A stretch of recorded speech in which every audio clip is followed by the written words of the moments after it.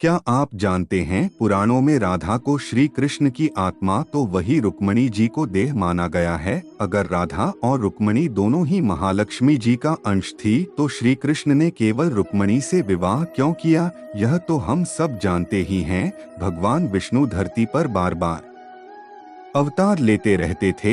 इसी कारण से देवी लक्ष्मी के मन में यह इच्छा उत्पन्न हुई कि वह भी भगवान विष्णु के साथ पृथ्वी पर अवतार ले और उनकी संघनीय बने, उनके धर्म के कार्य में उनकी सहयोगी बने। जय श्री कृष्णा दोस्तों, श्री कृष्णा नेटवर्क पर आप सबका तहे दिल से अभिनंदन है। द्वापर युग में श्री लक्ष्मी जी ने रुक्मणी जी के रूप में विदर्भ देश के राजा भीष्म के यहाँ उनकी पुत्री के रूप में जन्म लिया था। विदर्भ नरेश कृष्ण के शत्रु थे। यह सब जानते हुए भी रुक्मणी जी ने श्री कृष्ण से सच्चा प्रेम किया और यहाँ तक कि मन में उन्हें अपना पति मान लिया।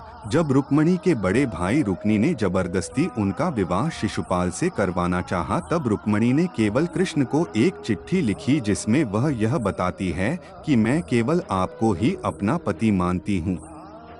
उन्होंने पत्र में इस बात का उल्लेख भी किया था कि किस दिन उनका विवाह होने वाला है और वे इसी तिथि के अनुसार बलपूर्वक नगर में आए और उनसे विवाह करें, अन्यथा वे अपने प्राण त्याग देगी। कृष्णा किस प्रकार विवाह करेंगे, कैसे रुक्मणी से मिलकर उनका हरण करेंगे, यह सारी बातें रुक्मणी जी पत्र में बता चुकी थी। जब श्री कृष्ण को यह चिट्ठी मिलती है तब श्री कृष्ण उसी ब्राह्मण जिसके हाथ में रुक्मणी जी ने चिट्ठी भेजी थी उनके साथ मिलकर श्री कृष्ण जाते हैं रुक्मणी जी का हरण करने के लिए। किंतु एक विशेष बात, रुक्मणी जी का पत्र पढ़ उनके प्रेम में वे प्राणों की रक्षा के लिए ही श्री कृष्ण जी ने रुक्मणी का हरण किया था। और वैसे भी श्री कृष्ण स्वयं भगवान थे, जिनका जन्म भी दिव्य था, उनका नाम भी दिव्य था, उनका बोलना भी दिव्य था और उनका मुस्कुराना भी दिव्य था। वे मानवता के संसार में एक दिव्य स्वरूप थे। यह पृथ्वी भी उनकी थी और इस पृथ्वी का कण कण भी वही थे।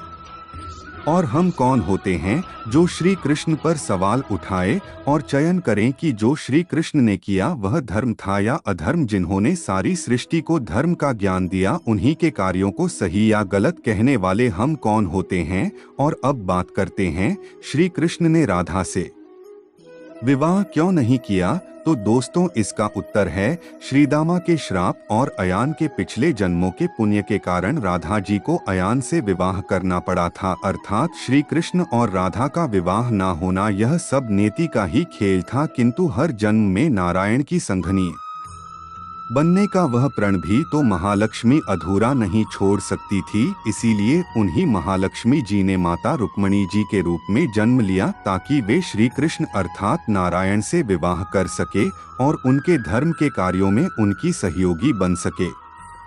परंतु अगर गर्ग संहिता और ब्रह्मा व्यवर्तन पुराण को सत्य माने तो इसके अनुसार राधा जी ने सबसे पहले श्री कृष्ण से विवाह किया था और वे श्री कृष्ण की सबसे पहली पत्नी थी। ब्रह्मा व्यवर्तन पुराण के अनुसार ब्रह्मा जी ने स्वयं बचपन में उनका विवाह करवाया था। कुछ मत ऐसा कहते हैं कि राधा जी ने स्वयं ही श्री कृष्ण से विवाह करने के लिए इनकार कर दिया था, क्योंकि राधा एक ग्वालन थी और कंस का वध करने के पश्चात श्री कृष्ण राजकुमार बन गए थे और प्रजागण किसी राजकुमारी को ही श्री कृष्ण की संघनीय के रूप में देखना चाहते थे। यहाँ तक कि कुछ मत तो ऐसा भी कहते हैं राधा कृष्ण की प्रेम कहानियाँ कलयुग के दौरान लिखे कुछ पुराणों से प्रेरित है। किंतु यह सब तो लोगों के मत हैं, इन सब का कोई भी ब्रह्मांड हमें किसी भी मूल ग्रंथ में नहीं मिलता। इसीलिए भौतिक और आध्यात्मिक ग्रंथों में राधा और रुक्मणी दोनों को एक ही बताया गया है और श्री कृष्ण के प्रेम को दोनों के ही प्रति सामान्य रूप से वर्णित किया गया है। और इसीलिए राधा और रुक्मणी दोनों को एक ही माना जाए या दोनों को ही महालक्ष्मी जी का अवतार कहा जाए, इसमें कोई दो राय नहीं है।